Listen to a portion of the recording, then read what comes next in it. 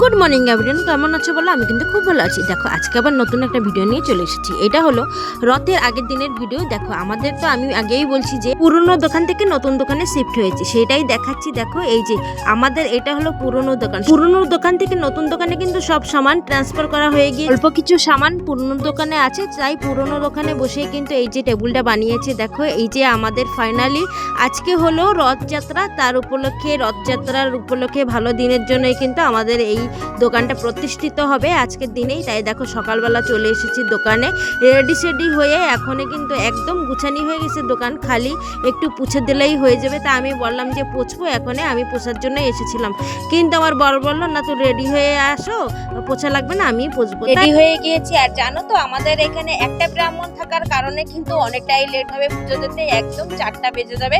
বলছে যে 4টার সময় আসবে, কিন্তু ব্রাহ্মণ আস্তে আস্তে একদম 6টা করে দিয়েছে। 4টার সময় বলেছিল বলে আমি একদম 4টার সময় রেডি হয়ে নিয়েছি।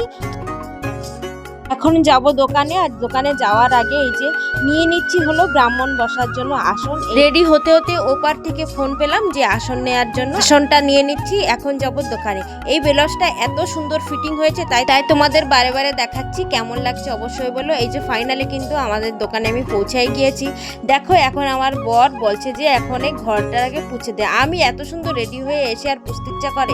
তারপরে আমি বারণ করার পরেই কিন্তু নিজেই ঘরটাকে পুছছে আর কি, আমাকে জ্বালানির জন্য, মানে একটু হয়রান করার জন্যই বলছে। হয়রান মানে এটা মজা কি হয়রান, এটা সিরিয়াস না। নিজেই পুষবে বলে আমাকে আগে পুষতে দেয় না। আমি কিন্তু আগেই পুষতে এসেছিলাম ঘর, তা আমাকে পুষতে দেয় না। আমি চলে গিয়েছি নিজেই। দেখো এই যে জল এনে এখন ঘরটাকে পুষছি, কারণ আমাকে বাইরে বেরিয়ে কোনো কাজ করতেই দেবে না। ওর মাইন্ডে জানি না কি চলে, ও আমাকে বাইরে কারোর সামনে কাজ করতে দেবে না। আমি ঘরের ভিতরে যেটুক কাজ সেটুকুই ভালো, সেটাই বলে, লোকের সামনে কাজ করা লাগবে না। তাই দেখো এই যে আমি আবার কাজটা সব হয়ে গিয়েছে, সব সামান এই যে পুজোর সামান রেখেছি। আমি একটু স্টাইল মারতে মারতে দেখো এই যে ব্রাহ্মণ চলে এসেছে। এখন সব ব্রাহ্মণের কাছে দিয়ে দিয়েছি যা যা জিনিস ছিল, এখন সব গুছিয়ে তারপরে পুজোটা স্টার্ট করবে। তোমরা আমাদের দোকানের পুজোটা দেখো, আর আমরা কিন্তু মন প্রাণ দিয়ে পুজোটা করি। তোমাদের কেমন লাগছে অবশ্যই কিন্তু এক একটা কমেন্ট করে জানিও। চলো তাহলে পূজাটা করা যাক।